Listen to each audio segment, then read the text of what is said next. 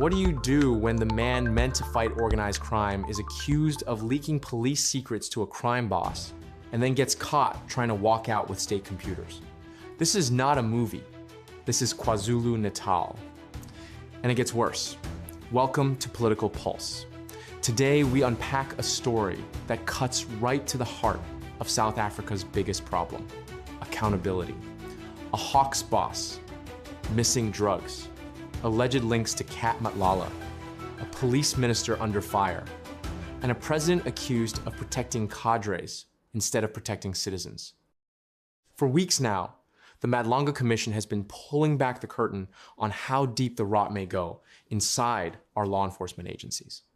And one name keeps coming up: Major General Senzo, the Hawks boss in KwaZulu-Natal. This is not a junior officer. This is a senior man, trusted with some of the country's most sensitive investigations: organized crime, drug syndicates, high-level corruption, the kind of cases where one leak can cost lives. At the commission, Senzo admitted something that should have stopped the room cold. He admitted to sharing confidential police information with alleged underworld figure Cat Matlala. Let that sink in. Sensitive police intelligence, sent outside official channels to a man whose name keeps popping up in serious criminal allegations. Now ask yourself a simple question. If an ordinary detective did this, would they still be sitting in an office today? But the story doesn't end there. Thank you, Chair. So our witness for today is Lieutenant General Senzo. He is in attendance, but I believe that his counsel wishes to address the Commission before we begin. May I ask that she be granted permission?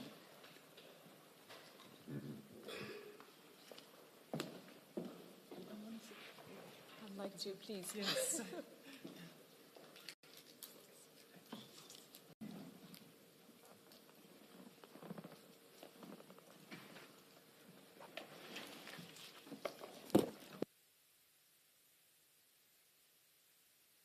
Yes, Ms. Mafisa. Thank you, Commissioners. Commissioners, firstly, we'd like to state that the court order that was handed down, not the court order, but the Commission's order that was handed down on the 26th of November last year, stated that we are to appear on the 27th of January. It seems as if the Commission might require more time with Major General Senzo. However, we were only informed today that more time would be required with Major General Senzo. On Sunday, in passing, it was mentioned by the Commissioner's attorneys that Major General Senzo would need to be here on the 27th and on the 28th. However, on the 26th, I must mention that I'm led in this matter. So on the 26th of November, the last appearance, my senior and one of the evidence leaders decided that it would be best if we hold today's hearing on the 27th of January. But that was the only date that was agreed upon. We did not agree upon the 28th of January. Unfortunately, Major General Senzo has only made arrangements with his employer to be here for the 27th of January. If he is to continue, or rather if his testimony is to continue for the 28th of January, he would require special leave. And I'm not sure if he'd be able to do so on such short notice. He also needs to travel back after giving his testimony. So there are many things at play here, Commissioners, and I do not see how Major General Senzo will be able to continue with his testimony on the 28th. Not if, yes, Ms. Hassan. Sorry, Chair, may I respond to the request? Just to say two things. The ruling of this commission in November was for the Major General to appear on the 27th of January. Section 6.1 of the Commission's Act makes it a requirement that a witness that is summoned to attends on the date of appearance and remains in attendance until excused by the chairperson. There is no requirement to alert a witness as to how long he or she may be on the stand. In fact, the Commissions Act makes it an offence to not remain in attendance without sufficient cause. The reasons that I hear my learned friend offering for not being able to be in attendance tomorrow, in my view, and I submit, do not count as sufficient cause. One of the Major General's duties is to testify before this commission. That is what he's here to do, and to do so fully and frankly, and to do so in order to assist the work of the commission. And so I oppose the request that the Major General is excused after 1 day. Thank you, Ms. Hassim. Do you wish to respond to that, Ms. Mafisa? Yes, I do, Commissioners. Commissioners, I do think it's only fair from the Commission side. I do understand the subpoena states that the Major General is expected to be present to give his testimony from the 27th until the testimony is complete, but I do think it's only fair that the Commission actually give some sort of an indication as to how many days the testimony, they foresee the testimony taking.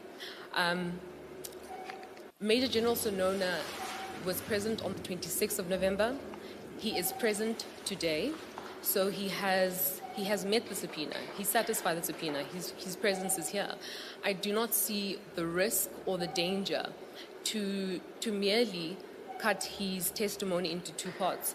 We have seen with many other witnesses where the testimony is cut into two parts, and we can confirm that Major General Sonona is more than willing to come back to the Commission to continue with his testimony. I do think the aspect of him receiving an extension of his leave should also be considered by the Commissioners, because if he were to continue on the 28th of January, we would be placing Major General Sonona in a position of being derelict of his duties. What's crucial in what you said, Ms. Mafisa, is that you are aware that the General is supposed to be here today and beyond for as long as he's required to be here to continue his testimony. That's very important. The General is obviously also aware of it. It was his choice to make leave arrangements just for 1 day. He could, and I've not heard you suggest otherwise, he could have made those arrangements to go beyond today. Why he chose to do it differently, I have no idea, and you have not explained to us why that is so. I will not be doing a back and forth. I'm now at a stage where we as this commission must make a ruling, and our ruling is going to be in accordance with what the Commissions Act provides, and also in accordance with our direction for the general appearance that is required to be here until his testimony has been completed. What it does with his leave arrangements is his business, and he will have to attend to that. So the ruling is general. You are required to be here today, and if tomorrow, for whatever reason, we reach a point at which we must continue beyond tomorrow, you are required to be here to beyond tomorrow as well. Do you understand? Good morning, Commissioners. I was still going to greet you properly, and I normally greet witnesses just before I minister. Things started differently today, so I apologize for that. Good morning to you too. You do understand yourself? I do understand. Thank you very much. Thank you, Ms. Mafisa. Thank you, Commissioners. Thank you. Over a recent weekend, Sonona reportedly arrived at his office after hours. No proper sign-in, no clearance. And then came the moment that set off alarm bells across SAPS. He was found attempting to remove state laptops and computers from the Hawks offices. These are not personal devices. These are state assets. Devices that can contain case files, informant details, surveillance data, and classified intelligence. According to police leadership in KZN, this was a serious breach of protocol. According to Senona's legal team, he was mistreated and unlawfully removed. According to other reports, he was not fired at all, but chose to leave his office voluntarily. And right there is the problem. Too many versions, too much spin, not enough clarity. Because here's the uncomfortable truth. When senior police officials start arguing in public about who escorted who out of an office, public trust collapses. Criminals watch this chaos and smile. And hovering over all of this is another unresolved scandal. The disappearance of a massive cocaine haul seized years ago in KwaZulu-Natal, reportedly worth hundreds of millions of rand. Drugs that were supposed to be under police control. Drugs that vanished. No clear arrests, no clear accountability. The Hawks boss at the center of that province still in the system. Now let's zoom out, because this is no longer just about one general.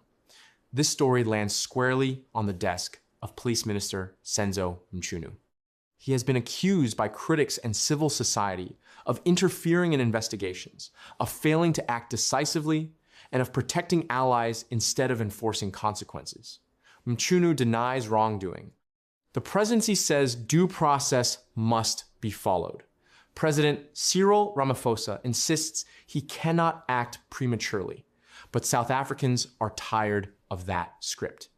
Due process has become the most abused phrase in our politics. It is meant to protect justice, not delay it until the public forgets. When every scandal ends with a commission, an inquiry, and no real consequences, people stop believing the system works. And that is where the accusations of cadre protection come in. Is this about the law, or is this about party loyalty? Is Ramaphosa being cautious, or is he once again choosing political survival over decisive leadership? Because here's the reality on the ground. While top officials trade statements and lawyers argue semantics, communities in KZN are dealing with violent crime, drug abuse, and broken policing. This story is far from over. The real question is this: will we finally see action that restores trust, or will this become just another chapter in South Africa's long book of unresolved scandals? Let me know what you think. Should the president act now or wait? And at what point does waiting become protecting? This is Political Pulse. Keep your pulse on the nation.